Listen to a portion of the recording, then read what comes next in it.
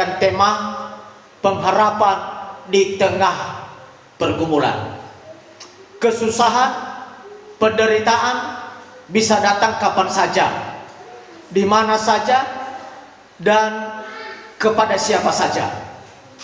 Tidak pilih bulu, tidak pandang muka, siapapun dia, masalah dan persoalan bisa saja datang secara tiba-tiba, kapan saja, di mana saja, dan kepada siapa saja.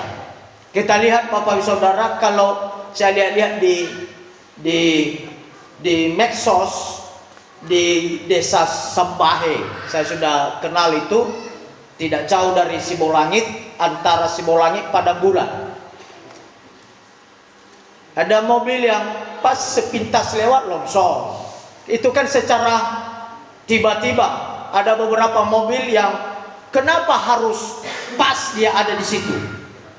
Kenapa dia pas lewat di situ? Terjadi seperti itu Bapak Saudara. Artinya saya bisa mengartikan dan mengambil sebuah hikmahnya di situ, bahwa persoalan itu, masalah itu bisa datang kapan saja, boleh terjadi. Tahun lalu kan terjadi di Jalan Tarutung, ya kan, yang Marga Gea itu, satu mobil. Kenapa harus mobilnya yang pas lewat di situ tanah itu longsor? Kenapa bukan mobil orang lain? Kenapa bukan orang lain? Bahkan kenapa tidak ditunggu dulu dia lewat, Bapak Saudara? Di situ kita bisa melihat, Bapak Saudara, bahwa persoalan, masalah pasti akan datang di mana saja dan kapan saja. Masalah terbesar dalam hidup manusia adalah ketika manusia putus asa. Itu masalah paling terbesar. Kalau manusia sudah putus asa, maka seolah-olah bahwa tidak ada pertolongan dari Tuhan. Itu kalau sudah manusia sudah mulai putus asa, putus pengharapan, maka dia berkata bahwa Tuhan tidak akan bisa menolong, dan Tuhan tidak akan bisa memberkati, dan Tuhan tidak akan bisa memberikan jalan keluar. Padahal kita tahu Bapak Saudara bahwa setiap masalah pasti ada jalan keluar.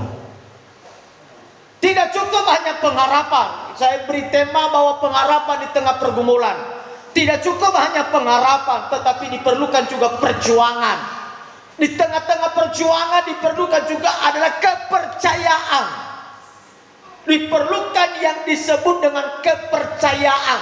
Kepercayaan dalam bahasa Yunani dipakai kata pistos, yang diartikan beriman dan percaya dan dapat setia. Beriman, dapat dipercaya, dan setia. Itu yang diartikan dengan kata pistos, Bapak Saudara.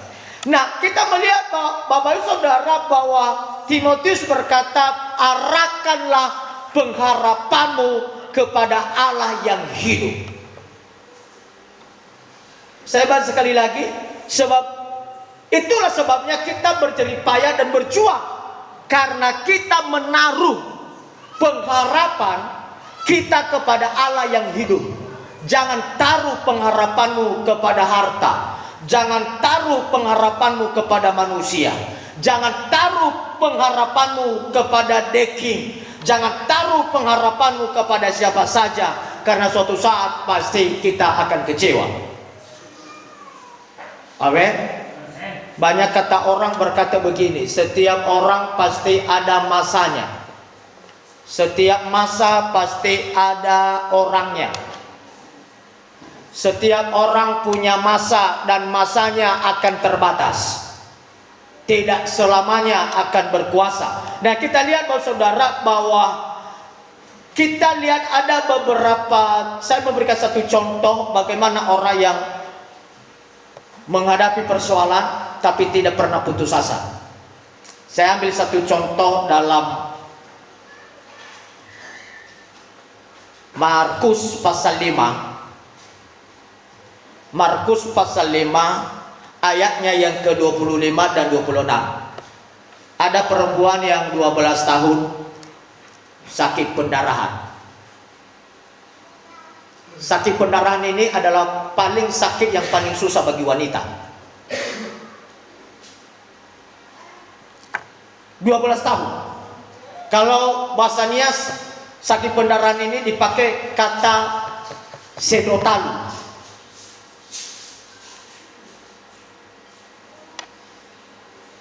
Itu pendarahan 12 tahun. Kita melihat 12 tahun itu, kita baca dulu Mazmur pasal 5 25-26. Adalah di situ seorang perempuan yang sudah 12 tahun lamanya menderita pendarahan. Ia telah berulang-ulang diobati oleh berbagai-bagai tabib, sehingga telah dihabiskannya semua yang ada padanya. Namun sama sekali tidak ada faedahnya, malah sebaliknya keadaannya makin memburuk. 12 tahun. 12 tahun sakit pendarahan. Bukan waktu yang singkat. 12 tahun itu udah tamat SD yang baru lahir. Tamat SD yang baru lahir. Cukup waktu yang lama.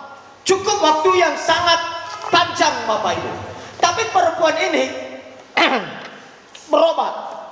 berobat kemana-mana, diobati di berbagai-bagai tabib, diobati di berbagai-bagai dukun. Alkitab catat bahwa keadaannya bukan semakin baik, keadaannya semakin buruk, Bapak Ibu. Diobati bukan semakin baik, tapi diobati semakin buruk keadaannya. 12 tahun. Apakah perempuan ini kecewa? Apakah perempuan ini putus asa? Tidak. Tidak pernah putus asa. Selalu berjuang, selalu berjuang, selalu berjuang. Dalam 12 tahun berjuang terus. Tiba-tiba genap 12 tahun, didengar berita tentang Yesus. Didengar berita tentang Yesus. Kita perhatikan ayatnya yang ke-27 dalam Markus pasal 5 ayat 27 berkata, dia sudah mendengar berita tentang Yesus. Maka di tengah-tengah orang banyak itu ia mendekati Yesus dari belakang dan menjamah jubahnya. Kita memperhatikan 12 tahun baru dia mendengar berita. Kita garis bawahi, Bapak Saudara, bukan diberitakan kepadanya, tetapi hanya mendengar berita. Mendengar berita, Bapak Saudara, adalah orang berbisik-bisik, orang berkata-kata, orang membicarakan tentang Yesus. Dia lewat di situ, dia dengar apa yang mereka bicarakan, dan yang mereka bicarakan tentang Yesus, anak Allah, sanggup melakukan perkara yang besar. Ketika dia dengar itu, dia memperhatikan dan dia menyelidiki di mana Yesus akan lewat di sebuah kampung. Dan kita melihat, Bapak Saudara, bahwa ketika Yesus lewat di sebuah kampung, dia mengejar karena dia sudah mengambil kesimpulan dalam hatinya, asalkan saja ku jamah jubahnya, aku akan sembuh. Itu adalah iman yang luar biasa, Bapak Saudara. Lalu ketika Yesus lewat dengan sekuat tenaga, dengan orang yang banyak, dia akan mengejar dan dia pegang jubah Yesus.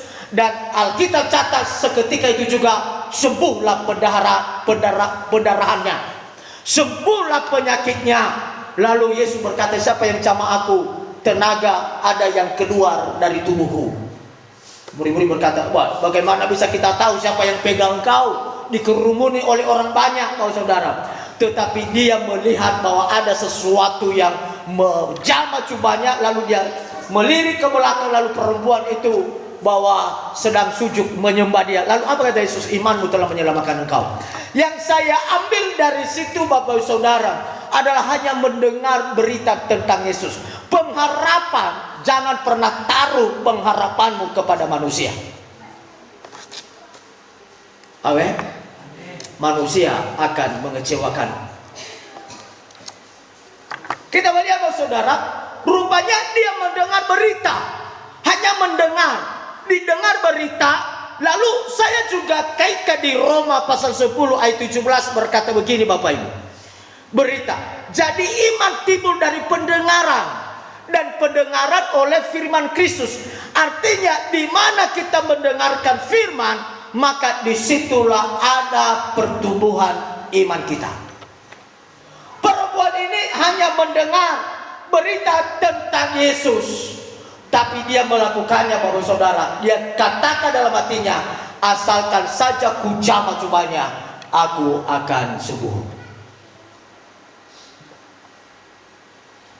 Amin. Aku akan sembuh. Bagaimana iman kita bertumbuh? Ketika kita mendengarkan. Kalau kita tidak mendengarkan, maka Bapak Saudara, iman kita tidak akan pernah bertumbuh. Ayat terakhir Bapak Saudara, saya baca ayatnya yang ke-28 dan 9. Nanti ayatnya ke-32 dan 33 sampai 34. Dikatakan di sini, asalkan saja ku jamah jubahnya, aku akan sembuh.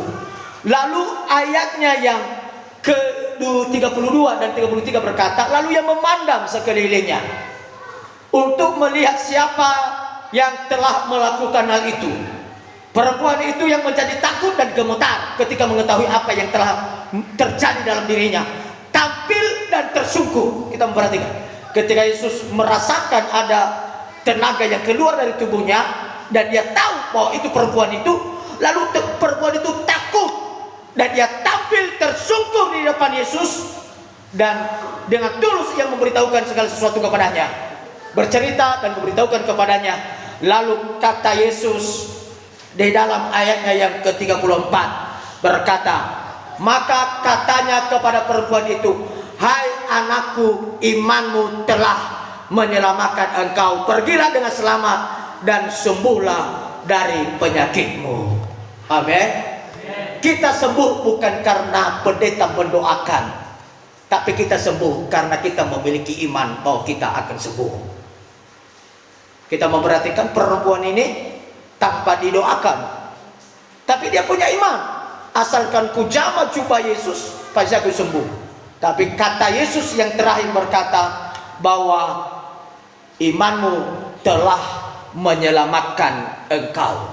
Kata menyelamatkan engkau dalam bahasa aslinya dipakai kata sojo,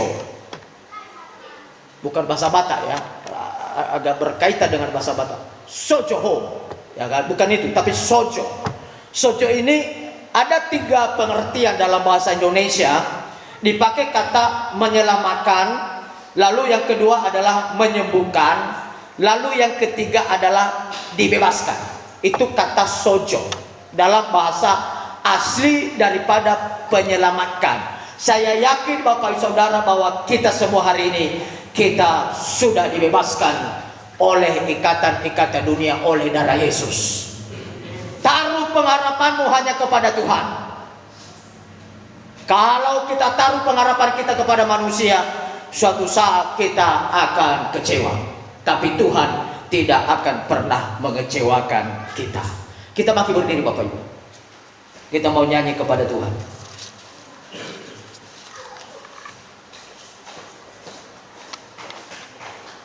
Kita nyanyikan lagu tadi, hanya Kau Tuhan di hidupku, Kau berikan hidup yang baru.